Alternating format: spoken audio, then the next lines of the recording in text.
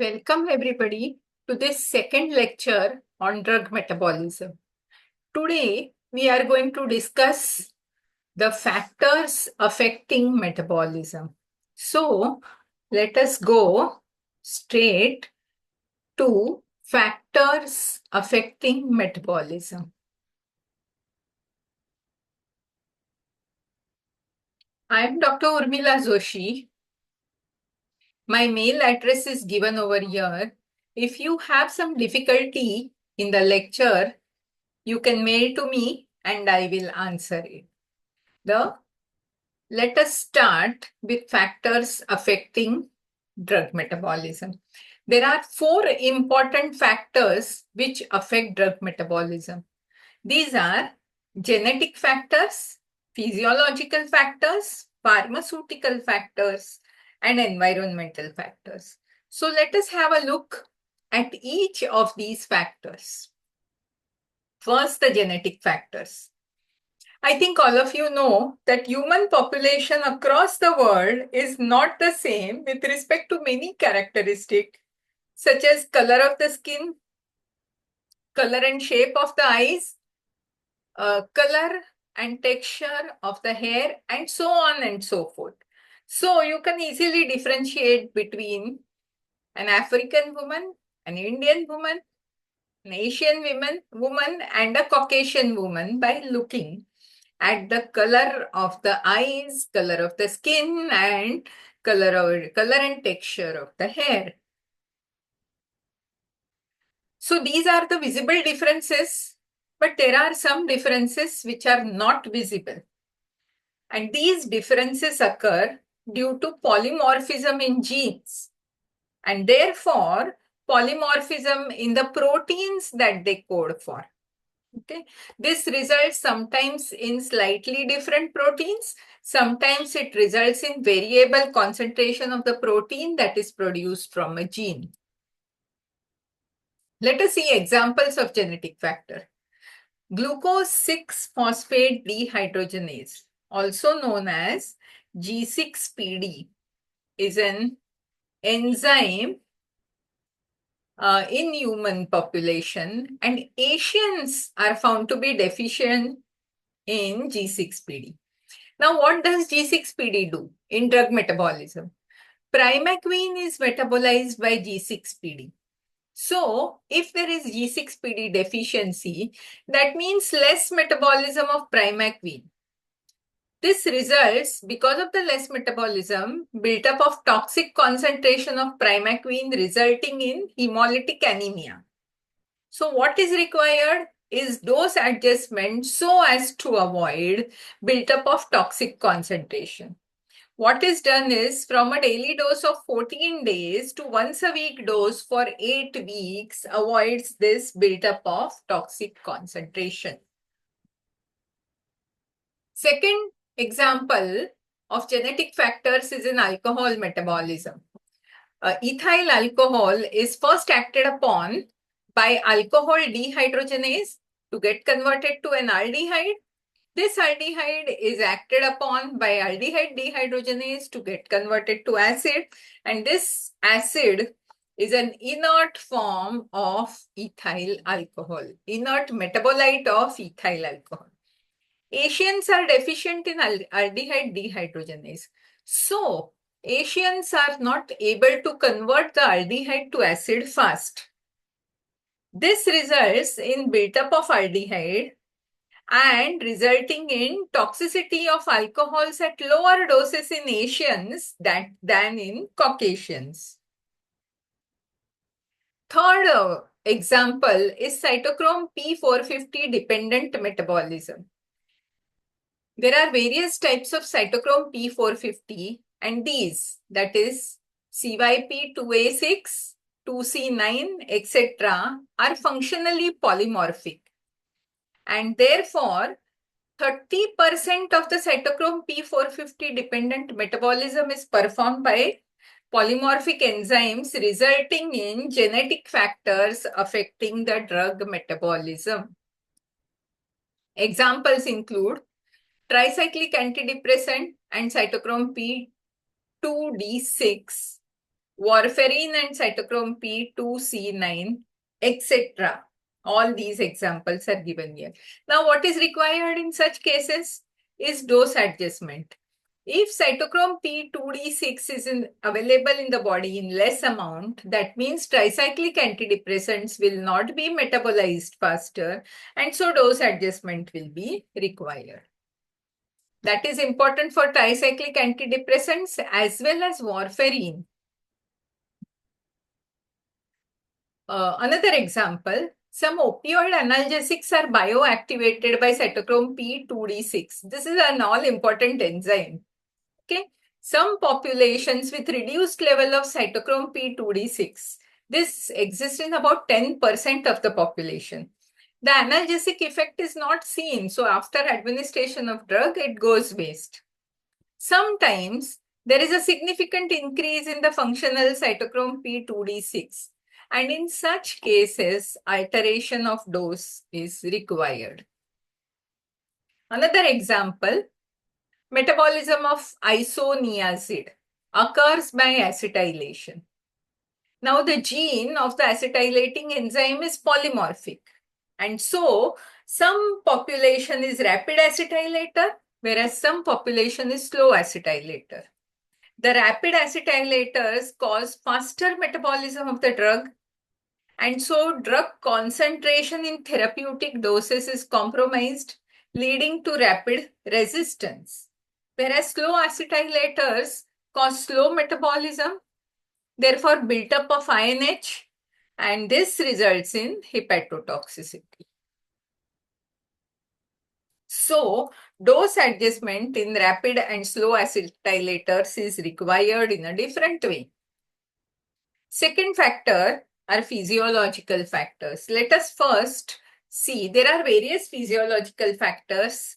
Let us first see the first of the physiological factor, that is age.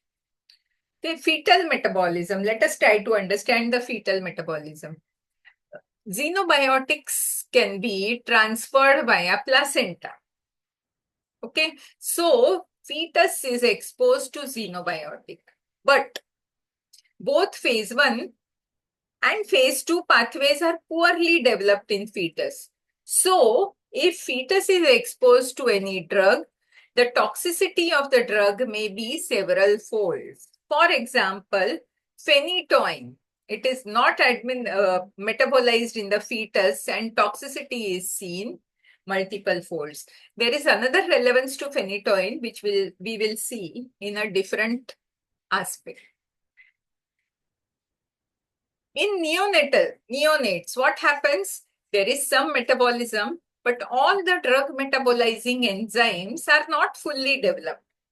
Therefore, accumulation of drugs or accumulation of toxic intermediates can occur because they are not excreted or metabolized. Then another possibility is operation of alternate pathway of metabolism. And this may result in production of toxic metabolites. Then, if a neonate is exposed in utero to enzyme-inducing agents, this should be considered while studying the neonatal metabolism.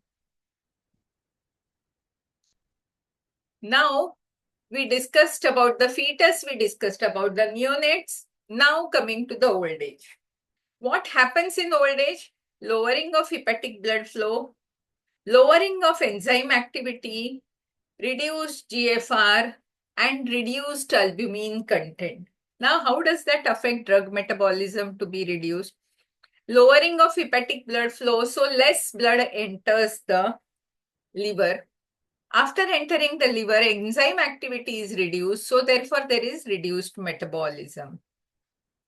The reduced excretion because of reduced GFR, and reduced albumin content causes more of free drug to be present in the blood. All these things result in increase in the circulating levels of drug and therefore toxicity. Okay, now examples of old age causing higher levels of drug and sometimes toxicity includes cimetidine, labetalol, metoprolol, and verapamil. So what is required is dose adjustment. Sex affecting.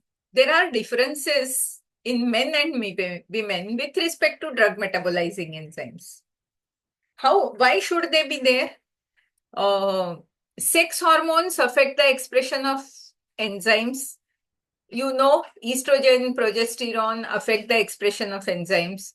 Then women have lower body weight and lower size of organs as well as higher body fat. So all this together affect the drug metabolizing enzymes. For example, propranolol is oxidized to a greater extent in men. So men require higher doses, but in women it is not oxidized to all that extent, and so women require a lower dose. Cytochrome P3A4 initiates carcinogenesis from tobacco smoke. There is a carcinogenic substance in tobacco smoke that is activated inside the body. Okay. Now, whatever enzyme activates this tobacco smoke to its carcinogenic form is found in higher concentration in women. Therefore, women are more susceptible to tobacco smoke. Coming to the third physiological factor, that is species. Some drugs are metabolized differently in different species. For example, amphetamine undergoes oxidative deamination in human and rabbits, whereas it undergoes aromatic hydroxylation in rats. So the pathway of metabolism is different. Phenytoin undergoes para-hydroxylation in human, but meta-hydroxylation in dogs. Similarly, it happens in phase 2 enzymes. Glucuronide transferase is absent in cats. So drugs which are excreted after glucuronidation, the pathway in cats is different. Similarly, sulfotransferases are absent in pigs. Okay, now why should we bother about different species? For two reasons. First, in the preclinical studies, the drug effect is seen on animals. So it has to be remembered that same drug effect may not be always seen in humans because of the differences. Secondly, drugs made for veterinary use. There is a huge market for drugs made for veterinary use, and that time these species differences in drug metabolism have to be considered. Fourth physiological factor is pregnancy. There are changes associated with pregnancy, and these include reduced GI motility, reduced gastric emptying, increased total body water, increased renal blood flow, and increased GFR. So obviously this affects ADME of drugs. Apart from this, because of the increased levels of progesterone, there are two examples which are worth quoting. First, there is induction of cytochrome P450 and therefore increased metabolism of phenytoin. Now, correlate this with fetus is not able to metabolize phenytoin. But nature has taken care by giving the ability to the pregnant woman to increase the metabolism of phenytoin. Okay. Then increased progesterone levels also impair theophylline metabolism. And you know, in case of theophylline, the therapeutic window is very low. So this is a cause of concern and very accurate dose adjustment is needed. Then physiological factor, the fourth physiological factor or fifth, that is the disease state. Diseases of liver and kidney will reduce the metabolism, reduce the excretion, and therefore increase the concentration of blood concentration of drug. In case of some infections, the metabolism is affected.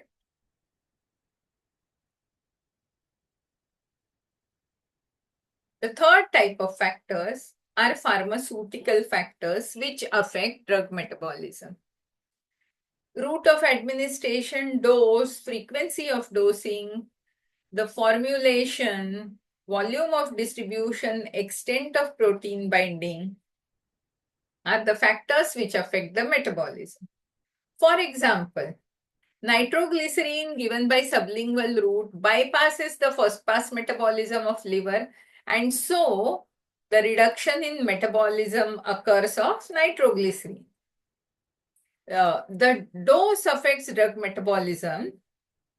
Administration of higher dose of paracetamol changes its metabolic pathway leading to toxicity. See, this is paracetamol. At normal doses, it is conjugated at the O and is excreted. Now, when the dose is high, this pathway is saturated.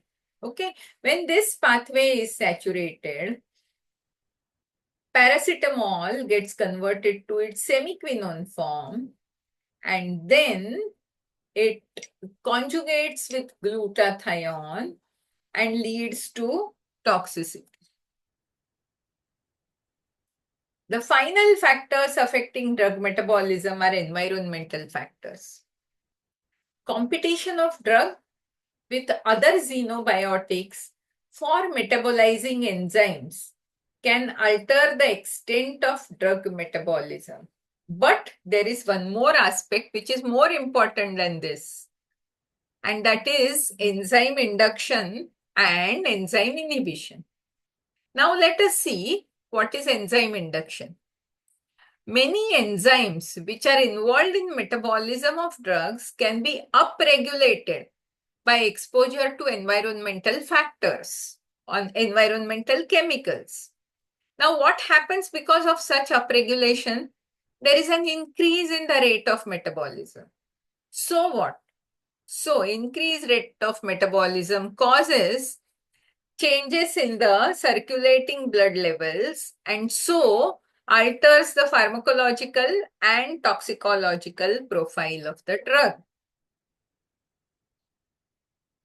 For example, ethanol causes induction of cytochrome P2E1, which in turn is responsible for production of toxic metabolite of paracetamol. Once again, I come back to this slide of paracetamol metabolism. Usually, paracetamol is metabolized via this pathway, and this is a safer pathway. Excess of dose is metabolized via this pathway, and this is a toxic pathway. But what happens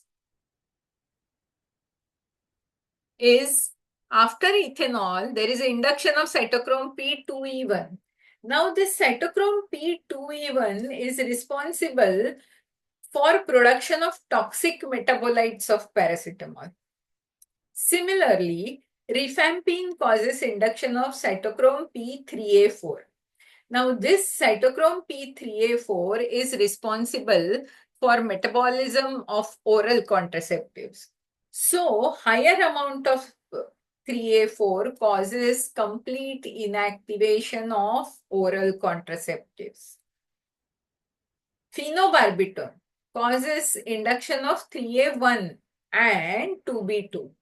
These two enzymes are responsible for inactivation of warfarin. So, the effect of warfarin is nullified if phenobarbital is given. Okay. Fourth example is that of a drug-herb interaction. Okay, cyclosporine is metabolized by 3A4. This is an immunosuppressant, and the metabolite is inactive. There is a herb called St. John's wort, which causes induction of 3A4. So, when 3A4 is available in more amount, it results in increased metabolism of cyclosporine. When cyclosporine metabolism is increased, the transplant rejection happens, and this has also caused death. As against enzyme induction, there is some enzyme inhibition because of environmental chemicals. For example, 17-alpha ethinyl estradiol causes inhibition so that fluoroquinolones are not metabolized faster. Okay, so with this, we have covered the factors affecting metabolism. If you appreciate this lecture, please hit the like button, subscribe to the channel, and also click on the bell icon so that you come to know other videos which are uploaded on this channel. So, that much for today. Thank you so much.